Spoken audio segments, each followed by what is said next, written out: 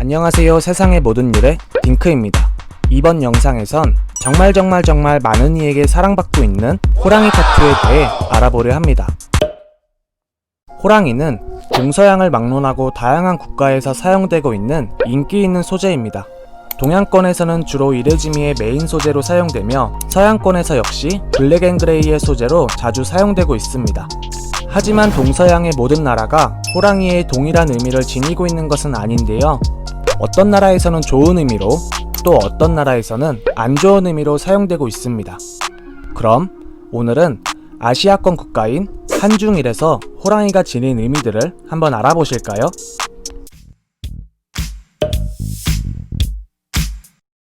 한중일 세 국가 안에서의 호랑이는 동양에서 비춰지는 호랑이 모습 그대로 다뤄지고 있습니다. 예로부터 호랑이는 사신도에서 청룡, 주작, 현무와 같이 서방을 수호하는 신수로서 영물로 여겨져 왔습니다. 그리고 나머지 신수인 청룡은 동쪽, 주작은 남쪽, 현무는 북쪽을 맡고 있습니다. 이 사신도는 4에서 6세기 고구려 고분 벽화에서 발견된 것을 기점으로 많은 이에게 알려지게 되었는데, 사신도는 중국의 한나라 시절 영향을 받아 우리나라와 일본에까지 전파된 것이라 합니다. 이로써 호랑이가 아주 오래전부터 영물로서 인정받아왔다는 것을 알 수가 있는데요. 이러한 내용을 바탕으로 중국에서는 호랑이 가죽이나 이빨로 만든 장신구를 지니고 있으면 호랑이의 영험한 기운이 그대로 몸에 스며들어 자신을 비롯한 가문을 지켜준다고 믿어왔다 합니다. 하지만 호랑이는 값도 비싸고 잡기도 힘들었기에 아무나 몸에 걸치고 다닐 수는 없었다고 하는데요. 그래서 사람들이 선택한 방법이 바로 문신입니다.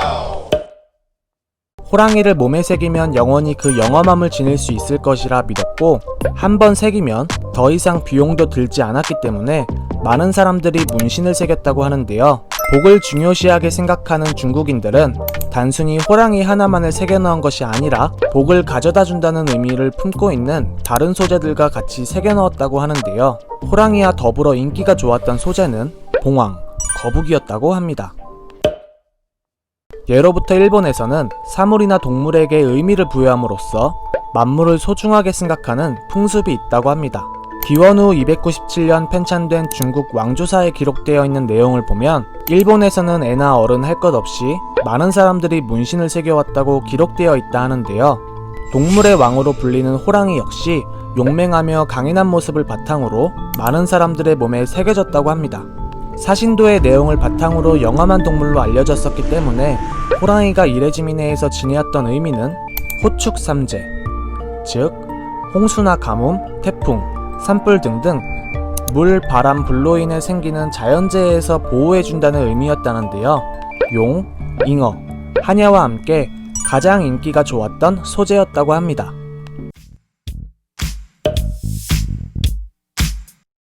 우리나라에서 호랑이 타투를 새긴 것은 사실 그리 오래되지 않았습니다.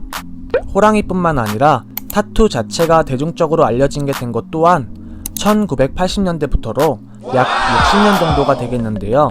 그 시절 가장 먼저 알려진 타투가 바로 이레지미입니다.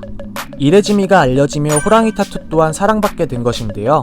호축삼재로 의미를 두고 있는 일본과는 달리 우리나라에선 재물과 권력, 그리고 잡기를 쫓아준다는 의미로 새겨지고 있습니다. 그 이유는 80년대의 산업화로 인해 경제 부흥의 계기가 되었고, 그로써 많은 사람들이 부와 명예를 가질 수 있는 기회의 시절이었기 때문에 모든 일을 잘 풀리게 하리라는 마음을 호랑이에 담아 새겼기 때문이라고 합니다.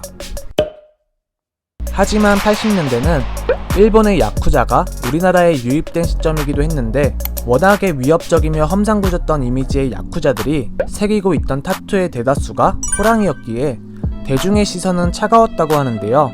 아무리 우리나라 스타일대로 재해석한 의미를 부여했다 하더라도 일단 호랑이 문신을 새기고 있으면 조폭이라고 바라보는 시선이 더 많았다고 합니다. 실제로 야쿠자를 따라하는 사람들도 많았다고 하니 어찌 보면 당연한 반응이라는 생각도 드는 것 같습니다. 기성세대의 옛 경험을 바탕으로 아직까지도 어휴 저게 뭐야? 양아치 자식들 하는 반응이 남아있긴 하지만, 지금은 야쿠자 조폭의 수가 예전만큼은 하지 않고 대놓고 내가 조폭입니다 하는 사람들도 현저히 줄어들었기 때문에 이전처럼 바라보는 시선 역시 완화되어가는 추세인데요. 색안경 없이 오롯이 하나의 패션 아이템, 그리고 순수히 나를 나타내는 개성 있는 도구로서 인정받는 날이 하루빨리 펼쳐지기를 바라봅니다. 신비한 기운과 복을 나타내는 중국, 자연재해를 막아준다는 의미의 일본, 그리고 재물과 권력을 상징하는 한국. 이렇게 시작된 뿌리는 같지만 각 나라에서 호랑이 타투가 가지는 의미는 조금씩 다른 것을 확인해 볼 수가 있는데요. 무언가를 염원하는 마음에서 새겼다는 것은 어느 나라나 똑같은 것 같습니다.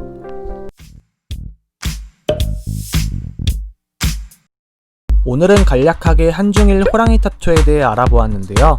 재미있게 보셨다면 구독과 좋아요도 부탁드리겠습니다. 시청해주셔서 감사드리고 오늘의 영상은 이만 마치도록 하겠습니다. 감사합니다.